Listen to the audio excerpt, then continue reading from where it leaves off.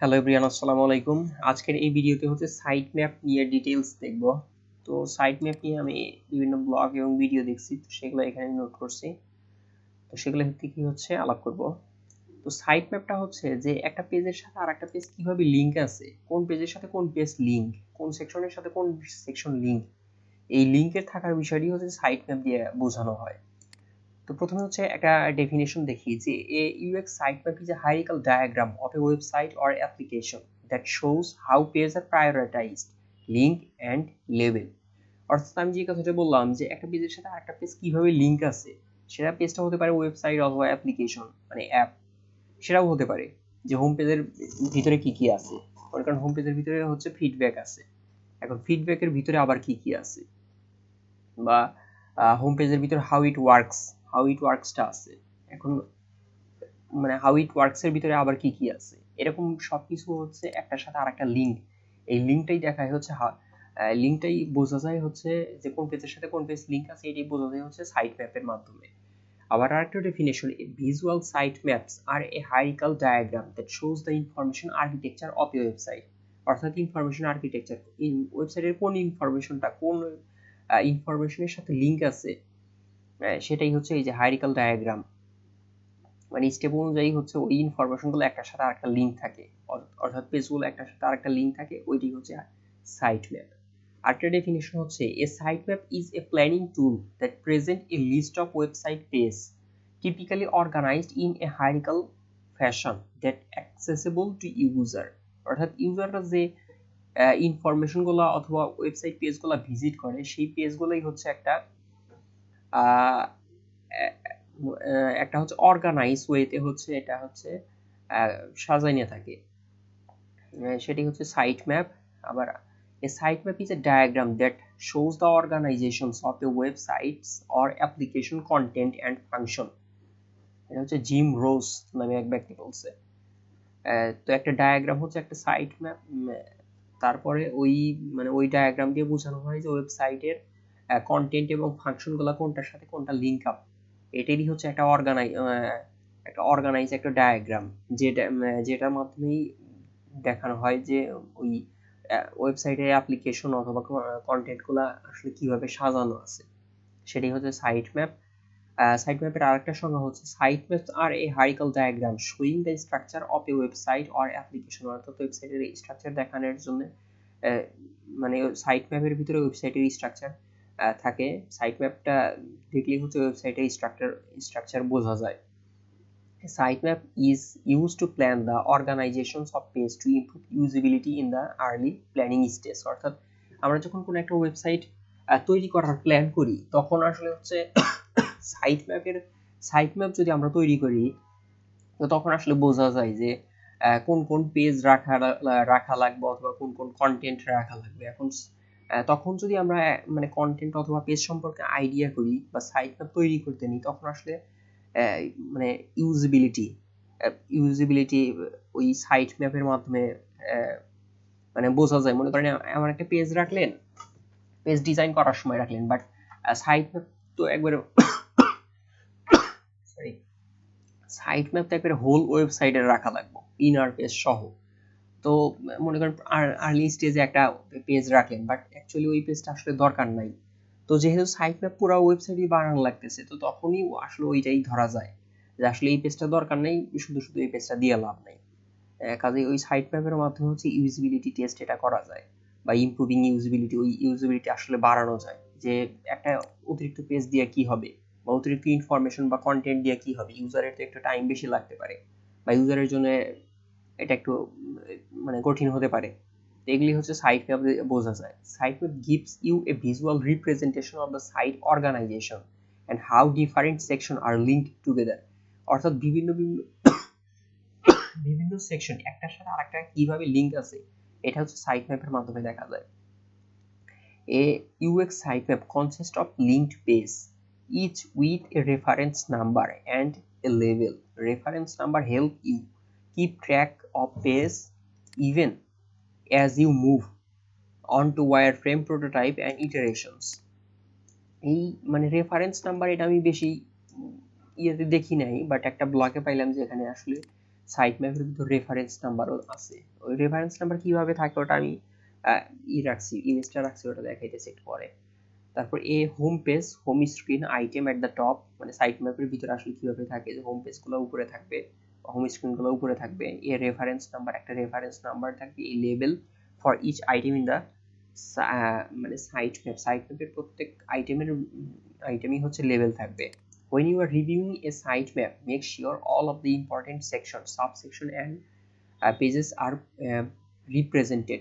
অর্থাৎ সাইটম্যাপ যখন তৈরি করা হয় তখন সাইটম্যাপ আসলে যখন রিভিউ করা হয়, তৈরি করার পরে রিভিউ করা হয়, তখন আসলে দেখা লাগবে যে আসলে সাইটম্যাপের ভিতরে ইম্পর্টেন্ট সেকশন আছে কিনা, অথবা সাব সেকশন বা পেজ, বিভিন্ন পেজগুলো আছে কিনা। কারণ ম্যাপকে বেস করেই হচ্ছে হোল ওয়েবসাইটটা কিন্তু তৈরি করা হবে। কারণ সাইট ম্যাপে যদি একটা পেজ বাদ যায় হঠাৎ করে, তো ওই পেজটা কিন্তু আর পরে তৈরি করা হবে না। কাজেই এখানে রিভিউ করার সময় দেখা লাগবে সব পেজ আছে কিনা।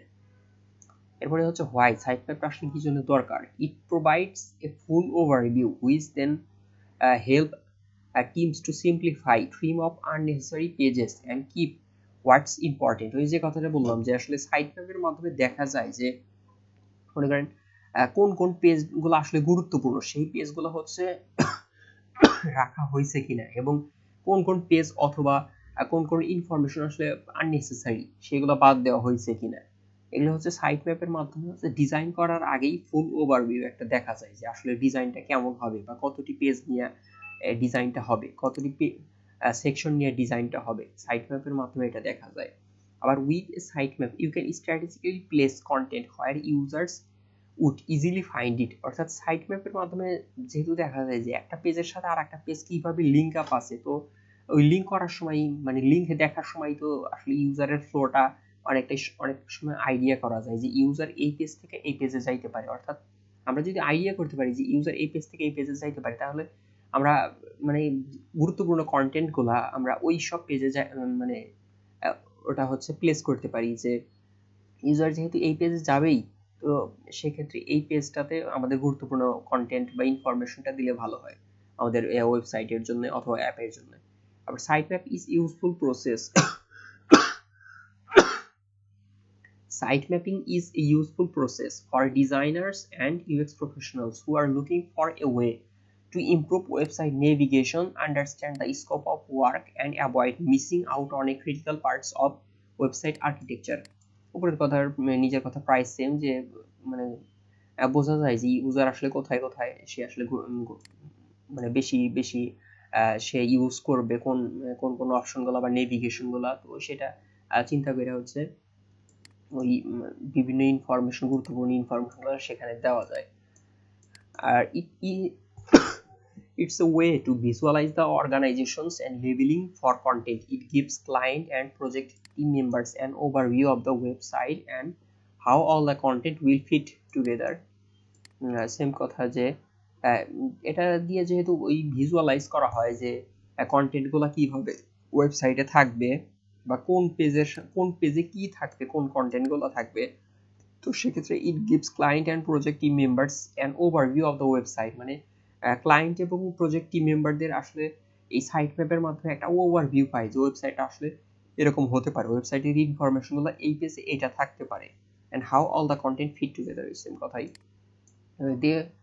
they help show the relationship between different page.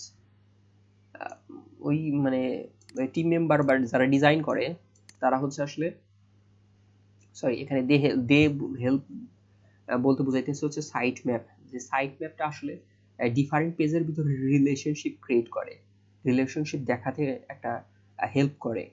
তারপর site maps are an important tool for organizing your site content and documenting your site direction. অর্থাৎ সাইট ম্যাপের মাধ্যমে আমরা যেহেতু জানতে পারি যে এক পেজের সাথে আর এক পেজ কিভাবে লিঙ্ক আপ আছে, তো তার মানে এটা হচ্ছে সাইটের কন্টেন্টগুলো হচ্ছে সে অর্গানাইজ করে। এবং আরেকটা কথা হচ্ছে যে ডকুমেন্টিং ইউর সাইট ডিরেকশন, অর্থাৎ একটা পেজের সাথে যেহেতু আর একটা পেজটা লিঙ্ক আছে, তো আমরা বুঝতে পারি বা ইউজারকে আসলে ডিরেকশন দিতে পারি যে তুমি এই পেজ থেকে এই পেজে যাও। তো এটাই হচ্ছে সাইট ম্যাপের ক্ষেত্রে সাইট ম্যাপ হেল্প করে। এরপর আসলে দেখি যে সাইট ম্যাপগুলো আসলে কেমন দেখা যায়। তো বিভিন্ন ওয়েবসাইটে সাইট ম্যাপগুলো আসলে বিভিন্নভাবে সাজাইছে। বাট মূল কনসেপ্টটা একই, যে কোন পেজের সাথে কোন পেজ লিঙ্ক আছে। দেখেন এটা হচ্ছে হোম পেজ, এটা জাস্ট হোম পেজ, হোম পেজের কিন্তু এটা জাস্ট মানে সাইট ম্যাপ।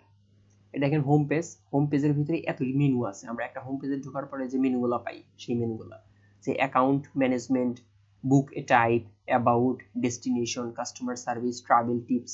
এখন দেখেন ইউজার যদি ট্রাভেল টিপসের ভিতরে যায়, ট্রাভেল টিপসের ভিতরে গেলে সে কয়টা পাবে, মানে অপশন পাবে। জেনারেল ট্রাভেল নামে একটা পাবে, হেলথ কনসার্ন নামে একটা পাবে, সেফটি মেজার নামে একটা পাবে, এফএকিউ নামে একটা অপশন পাবে। অর্থাৎ মানে এই হোম পেজের সাথে ট্রাভেল টিপস কানেক্টেড, ট্রাভেল টিপসের সাথে এই পেজগুলো মানে এই সেকশনগুলো কানেক্টেড, অর্থাৎ এখানে কিন্তু একটা কানেকশন বোঝা যেতেছে। আবার দেখেন অ্যাকাউন্ট ম্যানেজমেন্ট, এটার ভিতরে এই অ্যাকাউন্ট ম্যানেজমেন্ট এটাতে যদি ইউজার ক্লিক করে তো তারপরে সে এই ধরনের পাবে, সেকশন বা অপশন পাবে। তারপর হচ্ছে মানে সাইন আপ পাবে, লগ ইন পাবে, আবার প্রোফাইল সেটিং।